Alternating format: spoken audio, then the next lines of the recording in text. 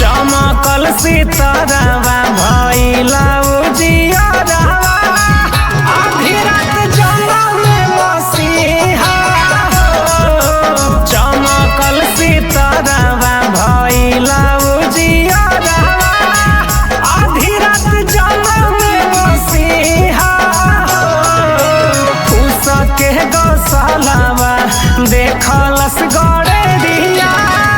आधी रात जनम मसीहा चमकल सितारावा भइला उजियारावा आधी रात जनम मसीहा।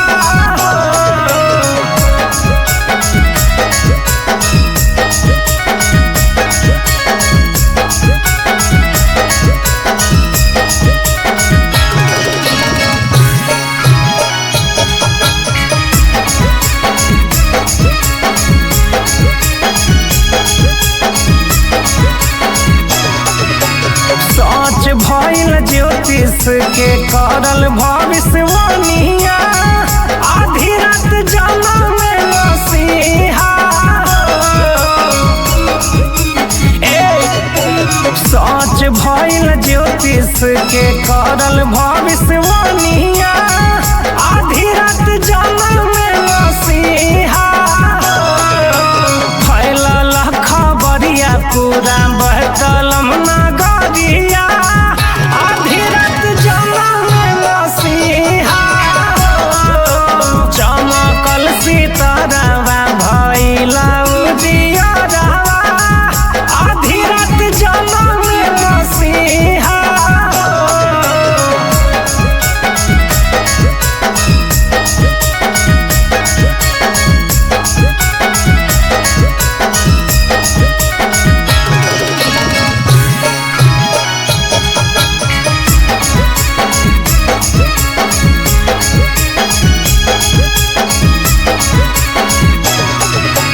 सुन के खबर राजा हेरोदेस घबराइले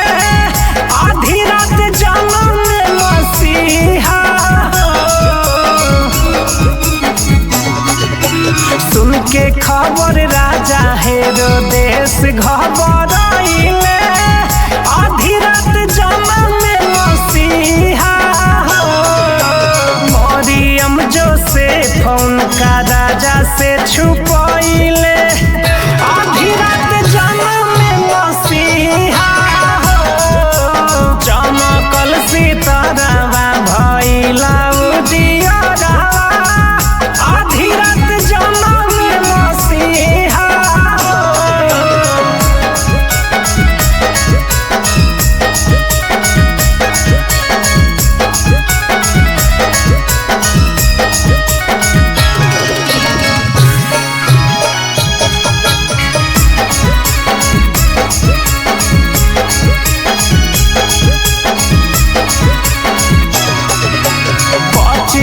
दिसंबर उनकर माने जन्म दिनावा आधी रात जनम मसीहा 25 दिसंबर